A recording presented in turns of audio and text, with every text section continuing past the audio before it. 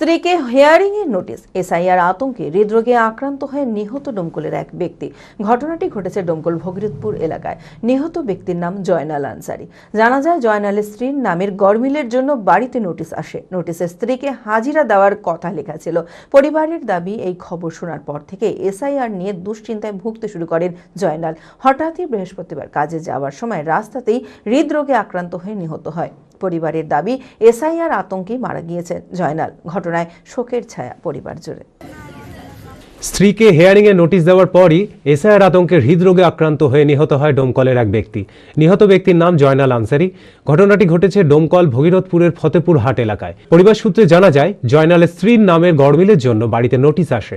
নোটিশে স্ত্রীকে হাজিরা দেওয়ার কথা লেখা ছিল। পরিবারের দাবি, তারপর থেকেই এসআইআর নিয়ে দুশ্চিন্তায় ভুগতে শুরু করেন জয়নাল। দিনের পর দিন খাওয়া দাওয়া ছেড়ে দিয়েছিলেন তিনি। হঠাৎই বৃহস্পতিবার কাজে যাওয়ার সময় রাস্তাতেই হৃদরোগে আক্রান্ত হয়ে নিহত হয় ওই ব্যক্তি। এই জয়নাল আনসারির যে ভোটার লিস্টে এসআইআর নাম ছিল, কিন্তু জয়নাল আনসারির যে তার স্ত্রী, তার বাড়ি হচ্ছে সাকরাইল, হাওড়া পার হয়ে। তো তার বংশতালিকা লাগবে এইরকম কিছু সমস্যা ছিল এবং তার নামটা হিয়ারিং এ ফেরত এসেছিল।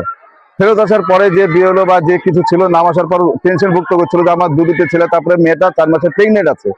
এই অবস্থায় সে যখন হিয়ারিং আসার পরে ও মানসিক টেনশন সবসময় ভুগতো, তাহলে কি আমার বউকে বাংলাদেশে চলে যেতে হবে, এরকম মানসিক টেনশনে সবসময় ভুগতো। এরকম যখন মানে হিয়ারিং হয়েছে, কমপ্লিট হিয়ারিং এর নাম আসবে কিনা, কেউ হয়তো বলেছে যে হিয়ারিং মানে সে বাংলাদেশে যেতে হবে। এই বাংলাদেশে যাওয়ার আতঙ্ক, একটা দুটো ছেলের মা, তারপরে 4 মাসের প্রেগনেন্ট বাচ্চা আছে পেটে, তাকে রেখে কি করে যাবে, এই মানসিক টেনশনও নিতে পারেনি। তখন যখন সকালবেলায় ও কাজে যায়, এরা মিস্ত্রি মানুষ, কাজ করে খায়, যখন সকালবেলা হেঁটে হেঁটে কাজে যাচ্ছিল, এই অবস্থায় ও টেনশন করতে করতে হার্ট অ্যাটাক করে মারা গেছে। পরিবারের দাবি, এসআইআর আতঙ্কেই মারা গিয়েছিলেন জয়নাল। এখান থেকে এসআইআর এর জন্য ফোন করেছিল। আমার হাজবেন্ড খুব টেনশন করছে যে আমাকে বাংলাদেশে নিয়ে চলে যাবে। আমাকে বারবার করে বলছে যে পাগলি গো, তোমাকে মনে হয় বাংলাদেশে নিয়ে যাবে। তা আমি তখন বলছি, তুমি টেনশন করো না গো, আমাকে কোথাও নিয়ে যাবে না। আমাকে বাংলাদেশে নিয়ে যাবার কি আছে, আমাকে নিয়ে যাবে, তোমার কাছ থেকে কেউ আলাদা করবে না গো। ওনাকে বারবার করে আমি বোঝালাম, তাও আমাকে বললো যে তুমি বাড়ি যাও, ডকুমেন্টস প্রমাণপত্র সব নিয়ে যাও। আমি আসলাম, আসার পরে এসআইআর করলাম। তারপরে আমি এখান থেকে ভোর 3টের সময় যখন বেরিয়ে যাই, আমার মন মানলো না। আমি আমার শাশুড়িকে বললাম, মা আমি বাড়ি যাচ্ছি। ভোর 3টে বাজে আমার ছেলেকে নিয়ে আমি বাইরে বেরিয়ে চলে যাই।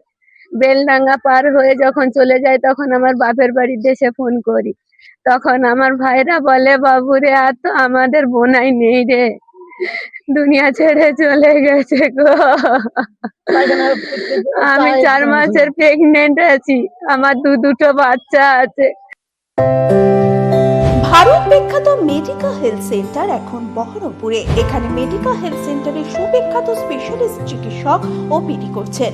কার্ডিওলজি, ডার্মাটোলজি, ডায়াবেটিস ও endocrinology, ENT, neuro, nephrology, medicine, general surgery, urology, paediatric, orthopaedic, pulmonology, plastic surgery আরও সমস্ত পরিষেবা নিজের জেলাতেই পাচ্ছেন। রক্ত, মল, মূত্রের সব রকম পরীক্ষা অতি উন্নত ও আধুনিক মেশিনে করা হয়।